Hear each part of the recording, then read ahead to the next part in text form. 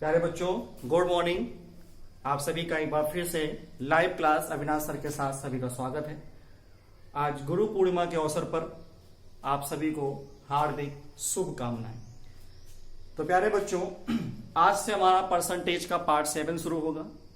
इस पार्ट 7 में हम आपको बेहतरीन ट्रिकें बताएंगे। यहां से आपके टेक्निकल सवाल शुरू होंगे, ठीक है ना। आप लोग बढ़िया यहां से नोट्स बनाते भी चले। हर चैप्टर में हम आपको 10 वीडियोस देंगे। मान के चलिए अगर एक वीडियो में अगर मैं आपको 10 से 12 सवाल भी देता हूं तो आपके लगभग 10 वीडियो में 100+ क्वेश्चन आपके पास होंगे, है ना। क्लास में भी मैं किसी भी चैप्टर में 100 से कम सवाल नहीं कराता हूं, 100 से ऊपर ही सवाल कराता हूं, ताकि आप कोई भी एग्जाम दे, कोई भी क्वेश्चन बाहर नहीं जाना चाहिए। तो आज हम पार्ट 7 की बच्चों बात करेंगे। पार्ट 7 की शुरुआत करते हैं। तो पार्ट 7 का क्वेश्चन नंबर 1 लिखिए। तो पहला क्वेश्चन है प्यारे बच्चों, लिखा जाएगा। चलिए, आप लोग कॉपी पेन आशा करते लेकर बैठ चुके होंगे ना। क्वेश्चन है, एक व्यक्ति की इनकम 1800 रुपए बढ़ गई। एक व्यक्ति की इनकम 1800 रुपए बढ़ गई। एक व्यक्ति की इनकम 1800 बढ़ जाती है और उसका आयकर 18% से 15% घट जाता है, और टैक्स रेट, और जो उसका टैक्स रेट है वो 18% से 15% घट जाता है। एक व्यक्ति की इनकम 1800 बढ़ी, टैक्स रेट 18% टू 15% डिक्रीज हो गई। दोनों कंडीशन में 29% टैक्स फ्री है। दोनों कंडीशन में 29% टैक्स फ्री है, लेकिन आयकर पहले के बराबर है। लेकिन इनकम टैक्स पहले के बराबर है, लेकिन इनकम टैक्स पहले के बराबर है, तो उसकी प्रारंभिक आय क्या होगी? तो उसकी इनिशियल इनकम क्या होगी? उसकी इनिशियल इनकम बताइए। क्वेश्चन एक बार फिर सुने। एक व्यक्ति की इनकम 1800 बढ़ी, टैक्स रेट 18% से 15% घट गया। दोनों कंडीशन में 29% टैक्स फ्री, लेकिन इनकम टैक्स पहले के बराबर है, तो इनिशियल इनकम बताओ।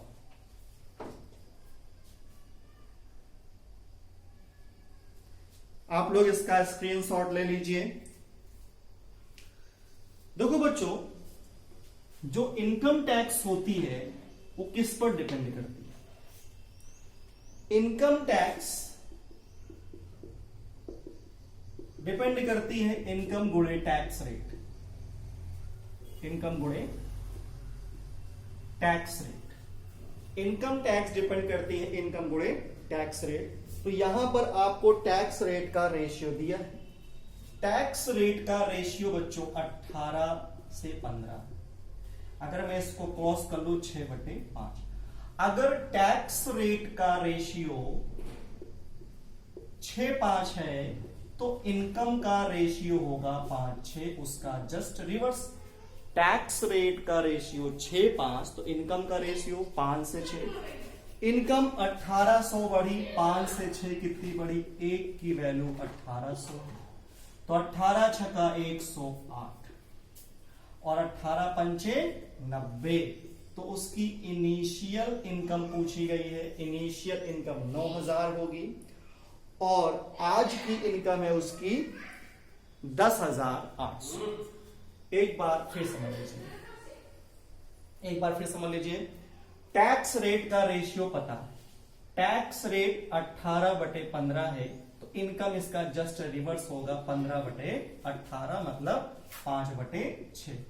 इनकम 5 से 6 एक बढ़ी, सवाल में 1800 बढ़ी, एक की वैल्यू 1800 तो 5 की वैल्यू 9000, तो उसकी इनिशियल इनकम 9000 थी और करंट अगर पूछता आज कितनी 10,800। ओके, समझ में आ गया होगा। तो यहां से आपने क्या सीखा, अगर टैक्स रेट पता है तो इनकम का रेशियो उसका रिवर्स होगा। ओके बच्चों, इस बार दूसरा सवाल देखते हैं। आज आपको बहुत ही खूबसूरत सवाल मिलेंगे, इसलिए एक सवाल को ध्यान से समझते चलिएगा। अगला सवाल बच्चों है, एक व्यक्ति की इनकम 2000 बढ़ गई। एक व्यक्ति की इनकम 2000 बढ़ गई। एक व्यक्ति की इनकम 2000 बढ़ जाती है और टैक्स रेट 14% से 12% हो गया। टैक्स रेट 14% से 12% हो जाता है, लेकिन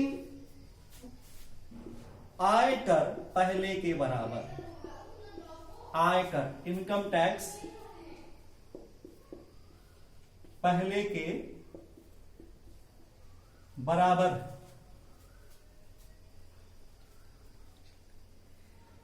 इन दोनों कंडीशन में 20% और 30% टैक्स फ्री। दोनों कंडीशन में 20% और 30% टैक्स फ्री है। अच्छा, इसके पहले वाले सवाल में एक ही टैक्स फ्री था, इसमें दो है। इन दोनों कंडीशन में 20% 30% टैक्स फ्री है। तो इसकी प्रेजेंट इनकम क्या है, इसकी प्रेजेंट इनकम बताओ, नोट डाउन।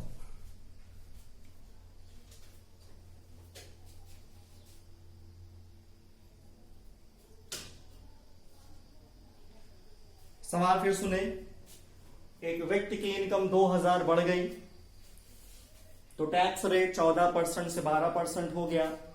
दोनों कंडीशन में 20% 30% टैक्स फ्री है। इसके पहले वाले सवाल में एक ही टैक्स फ्री था, इसमें दो टैक्स फ्री हो गए। बोला गया इसकी प्रेजेंट इनकम क्या है, इसको भी हवा में उड़ा देंगे, आप परेशान मत होइए। मैंने कहा था हर एक सवाल को हम 10 से 15 सेकंड में उड़ाने की पूरी कोशिश करेंगे। देखो बच्चों, अभी मैंने आपसे क्या कहा, अगर टैक्स रेट का रेशियो पता हो तो इनकम का रेशियो क्या होता है, उसका रिवर्स होता। अभी भी जैसा बताया ना, तो बच्चों टैक्स रेट कितना था, 14% से 12% हुआ। ठीक है, अच्छा बताओ, लिखा है 20% टैक्स फ्री है, तो बच्चों टैक्स देगा कितने का, 80%। 30% टैक्स फ्री है, टैक्स कितने का देगा, 70% का। अब अगर मैं इसको कैलकुलेट कर लूं, है ना, 0 0 खत्म हो जाएगा, 7 दूनी 14 हो जाएगा, 4 तिया 12, 4 दूनी 8, 4/3, तो इनकम रेशियो कितना होगा, 3/4। लिखा इनकम 2000 बढ़ी, इनकम 1 बढ़ी, 1 बराबर 2000, तो 2 चौको 8। आज की डेट में उसकी इनकम 8000। पहले का पूछ लिया होता तो 2 तिया 6000। एक बार फिर समझ लीजिए, इनकम टैक्स जो था उसका 14 से 12 हुआ। 20% टैक्स फ्री कितने का देगा, 80। 30% टैक्स फ्री कितने का देगा, 70% का।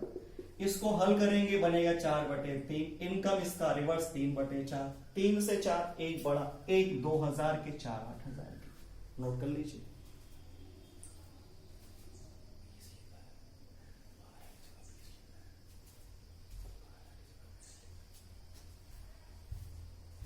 सॉरी, बात।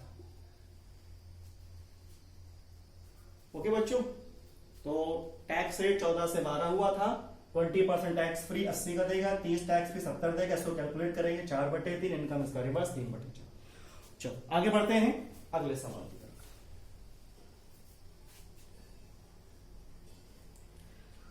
अगला सवाल बच्चों नोट करें।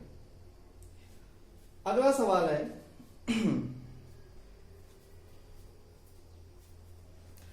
एक शहर की जनसंख्या में से 45% आदमी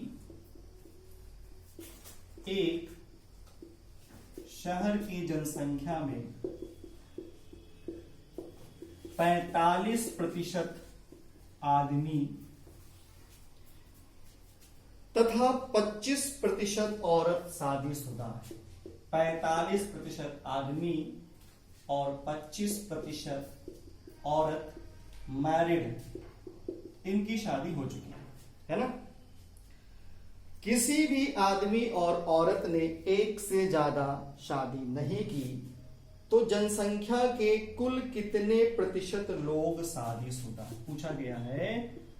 तो जनसंख्या के कुल कितने प्रतिशत लोग मैरिड।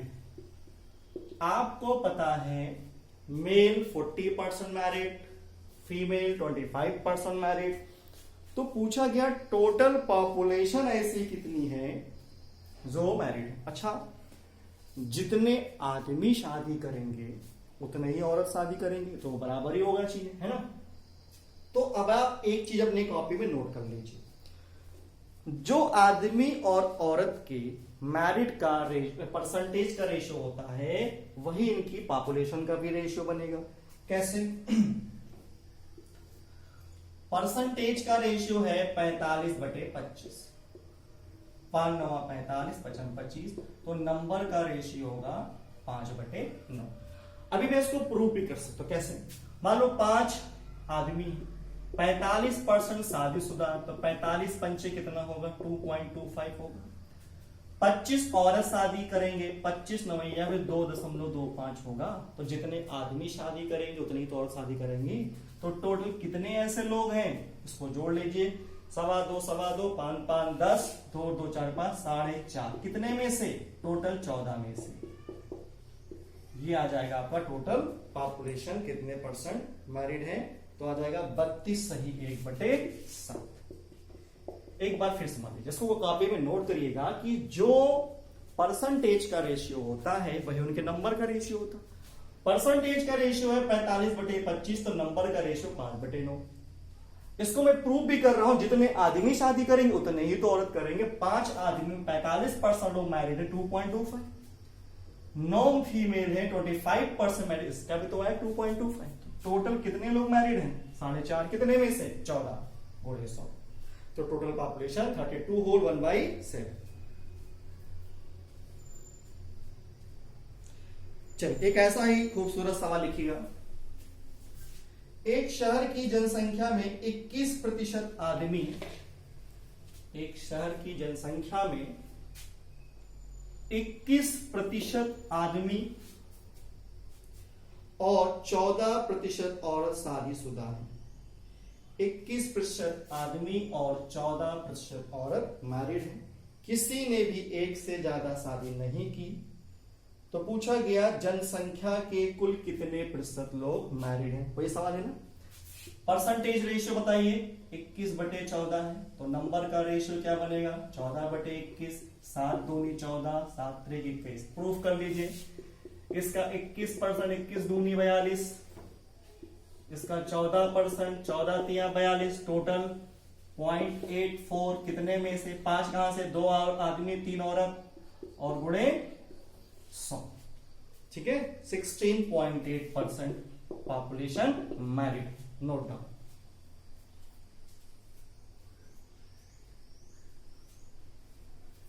ठीक है ना।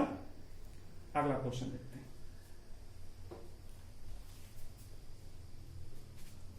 आप लोग बढ़िया अच्छे से नोट्स बनाते रहिए। प्यारे बच्चों, एडमिशन के रेस में काफी बच्चों ने सपोर्ट भी किया है, काफी बच्चे एडमिशन ले रहे हैं। उनको लग रहा है कि हाँ अविनाश सब कुछ हमारा सपोर्ट कर रहे हैं और वो मेरी फीलिंग को भी समझ रहे हैं, तो वो मेरा सपोर्ट कर रहे हैं। आपको भी लगता है कि नहीं अविनाश सर को सपोर्ट करना चाहिए, तो आप लोग जल्दी जल्दी एडमिशन लीजिए। हमने आपको हर वीडियो अपना गूगल पे नंबर दिया हुआ है। गूगल पे नंबर है 8707876302 पर आप गूगल पे कर सकते हैं 499 का, है ना। चलिए अगले क्वेश्चंस पर आते हैं। अगला क्वेश्चन है, एक गांव की जनसंख्या 12,980 है। एक गांव की जनसंख्या 12,980। एक गांव है जहां की जो पॉपुलेशन है वो 12,980। इसका 7/12 पुरुष है, इसका 7/12 मेल है। एक गांव की जनसंख्या 12,980 है, 7/12 पुरुष हैं, शेष महिला है, शेष महिलाएं हैं, वोमेन है। ठीक। पुरुष का 40% मैरिड है, पुरुषों का 40% मैरिड है। सभी ने एक ही शादी की है। तो बताइए कितने प्रतिशत महिलाएं शादीशुदा हैं? कितने प्रतिशत महिला मैरिड है?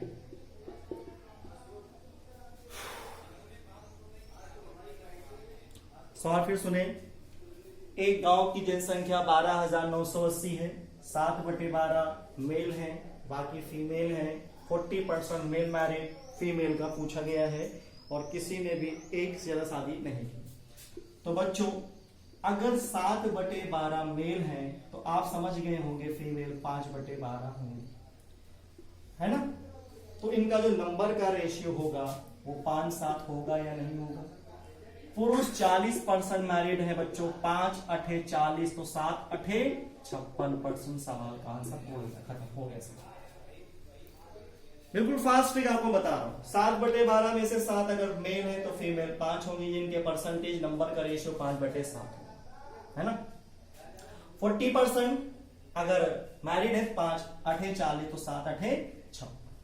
तो आपसे पूछा गया था फीमेल कितने परसेंट मैरिड है, इसका राइट आंसर है 56%। चलिए आगे। अगला सवाल बहुत ही खूबसूरत है, नोट करिए। अगला सवाल है बच्चों, दो संख्याएं हैं, दो संख्याएं हैं।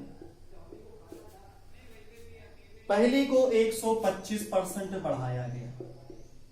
पहली को, ये सवाल थोड़ा खतरनाक है इसलिए बहुत समझिएगा सवाल इसको। दो संख्या है, पहली संख्या को 125% बढ़ा दिया तो वह दूसरी संख्या से 300 कम हो जाती है। तो वह दूसरी संख्या से 300 कम हो जाती है। तो वह दूसरी से 300 कम हो जाती है। लेकिन यदि पहली संख्या को 150 से बढ़ाएं, लेकिन यदि पहली को 150 से बढ़ा दें, पहली को 150 से बढ़ा दें, तब वह संख्या दूसरी से 200 कम हो जाती। तब वह दूसरी से 200 कम हो जाती।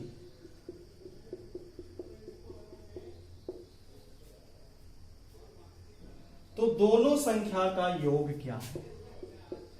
दोनों संख्या का योग क्या है? ये सवाल आपको देखने में भयानक लग रहा होगा और इसका बेसिक फंडा बड़ा भयानक है। परेशान ना हो, 10 सेकंड से भी कम समय इसको उड़ा देंगे। दो संख्याएं हैं, पहली को जब 125% बढ़ाया तो दूसरी से 300 कम हो गई, लेकिन यदि पहले को 150 से बढ़ाते हैं तो दूसरी से 200 कम होती है। सम ऑफ टू नंबर्स बताना।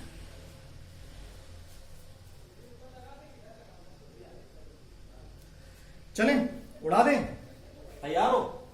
देखो समझने का प्रयास करना।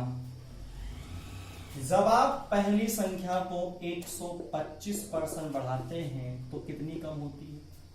300 कम होती है। फिर लिखा है जब दूसरी को हम 150 बढ़ाते हैं तो कितनी कम होती है? 200 कम हो जाती है। सही है।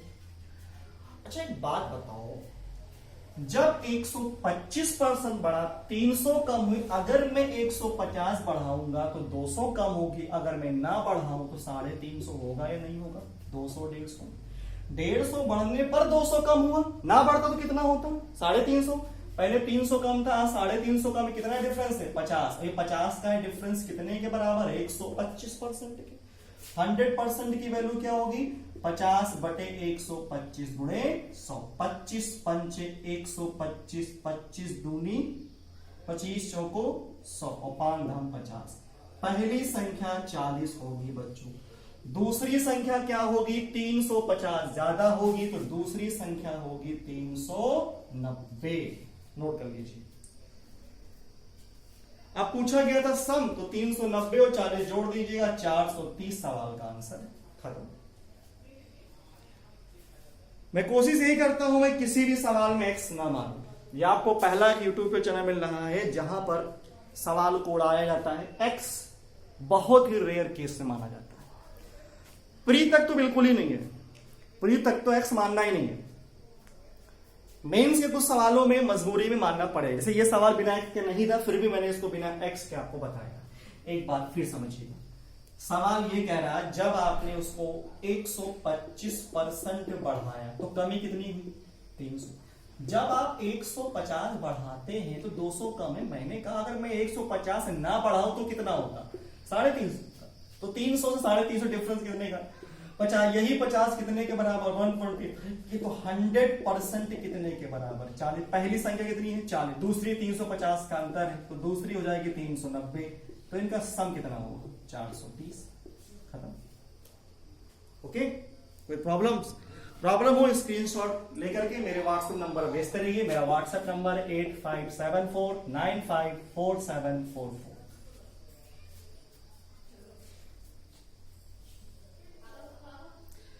चलो बच्चों, अब आते हैं अगले सवाल।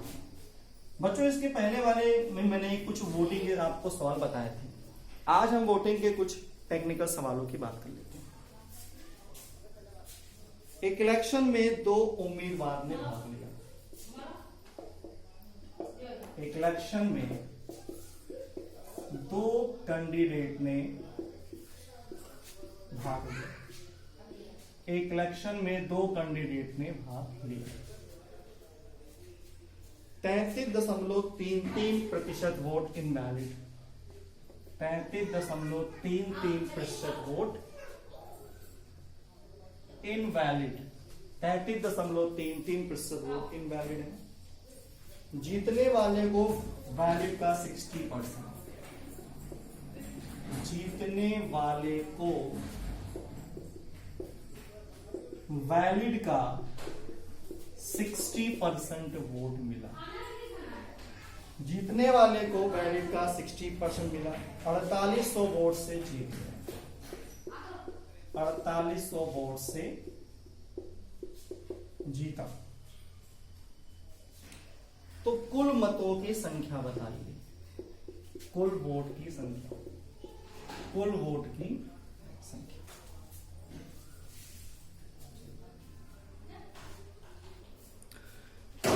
सवाल देखिए, एक इलेक्शन में 2 कैंडिडेट ने भाग लिया।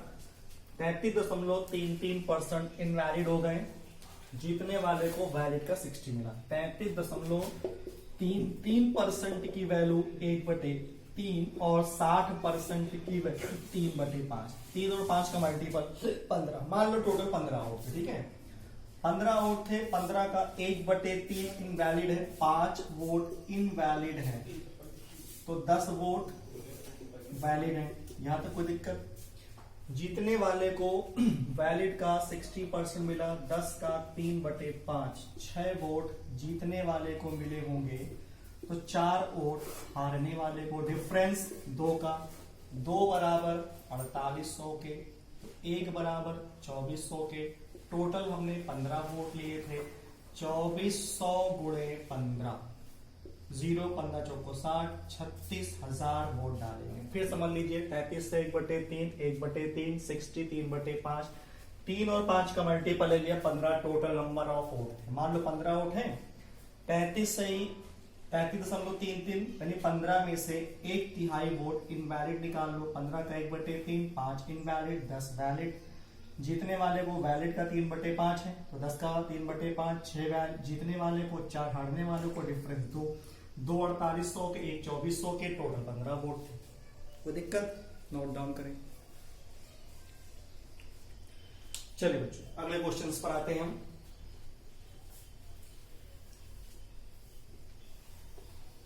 अगला सवाल नोट डाउन करें।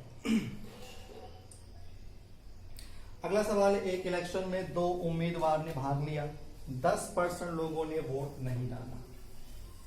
एक इलेक्शन में 2 कैंडिडेट ने भाग लिया, 10% 2 कैंडिडेट ने भाग लिया, 10% लोगों ने वोट नहीं डाला, 10% लोगों ने वोट नहीं डाला, 60 वोट इनवैलिड हो गए। अभी तक सवालों में इनवैलिड परसेंटेज में था, इसमें नॉन परसेंटेज है। 60 वोट इनवैलिड है, 60 वोट इनवैलिड है। पहले उम्मीदवार को टोटल का 47, अब देखो इसमें लिखा है टोटल का 47%, पहले को टोटल का 47% मिला और उसने दूसरे उम्मीदवार को 268 से हरा दिया। उसने दूसरे कैंडिडेट को 268 से हरा दिया। तो पूछा गया है कुल वोटर कितने थे, कुल वोटर बताइए। साथ फिर सुनिए, एक इलेक्शन में 2 कैंडिडेट ने भाग लिया, 10% लोगों ने वोट दिया ही नहीं, 60 वोट इनवैलिड हो गए। पहले को टोटल का 47% मिला, दूसरे को 268 वोट से हरा दिया। कुल वोटर कितने थे? अब देखो बात को समझना, इसके पहले वाले क्वेश्चन में था जीतने वाले को वैलिड का मिलता था, इसमें किसका मिल रहा है? टोटल का। तो 10 लोगों ने वोट डाला ही नहीं बच्चों, तो डाला कितने लोगों ने? 90 लोगों ने। 90 में अगर एक को 47 मिला तो एक को कितना मिला होगा? 43। इन दोनों में डिफरेंस कितने का? 4%। और 268 वोटों से हरा दिया, जिसमें 60 वोट इनवैलिड है, माइनस कर लो। 268 में से अगर मैं 60 माइनस कर लो बच्चों, कितना बचेगा? ये 208 बचेगा, है ना। 4% है, डिवाइड कर लीजिए। 4 पंचे 20, 4 दूनी 8। क्या पूछा गया आपसे? आपसे पूछा गया टोटल नंबर ऑफ वोटर कितने थे, तो आंसर 5200। तो अगर आपका इनवैलिड एक संख्या में होती है, जितने से वो जीते हारे उससे आप माइनस कर दीजिए बस, ठीक है, नोट कर लीजिए।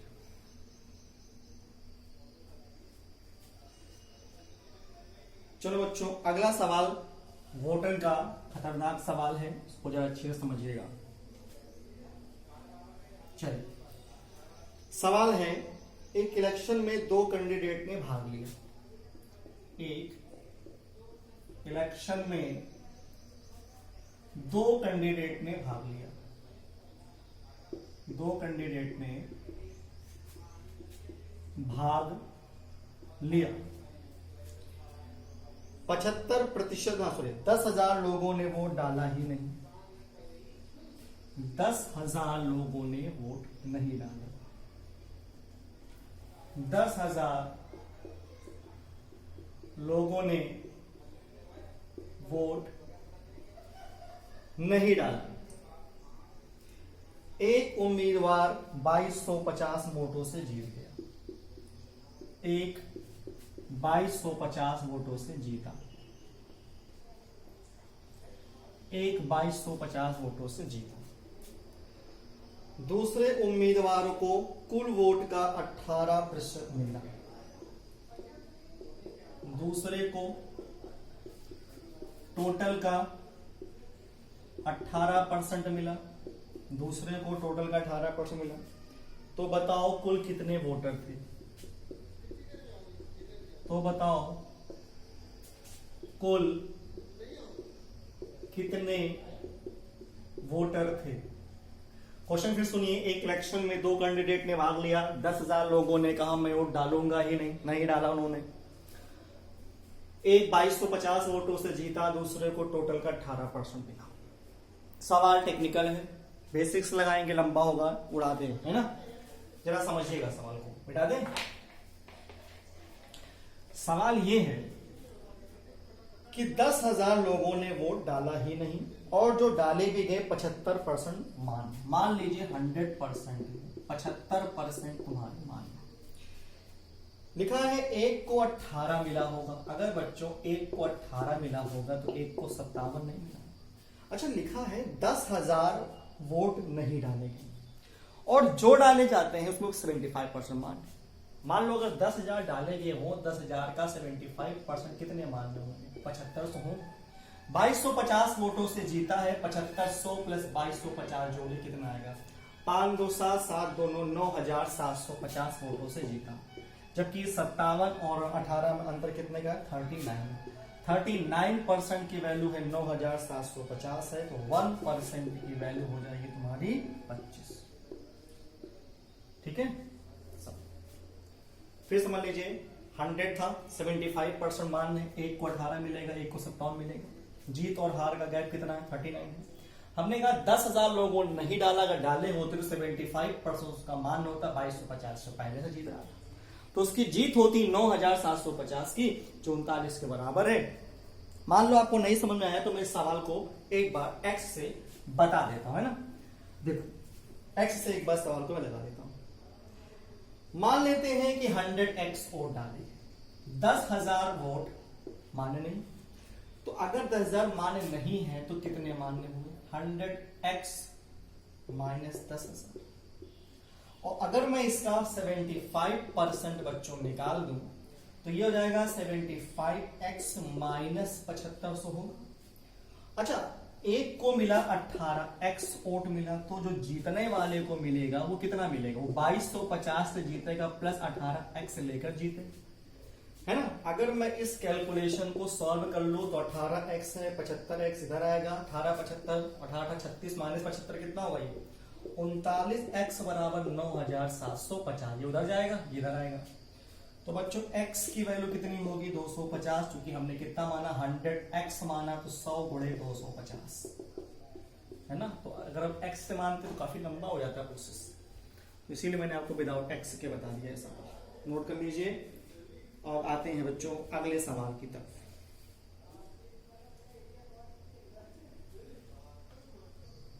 चलो बच्चों, अगला क्वेश्चन नोट करिएगा। अगला क्वेश्चन मेंस लेवल का है, थोड़ा सा खतरनाक सवाल है। एक चुनाव में ए राज्य x और y में एक चुनाव में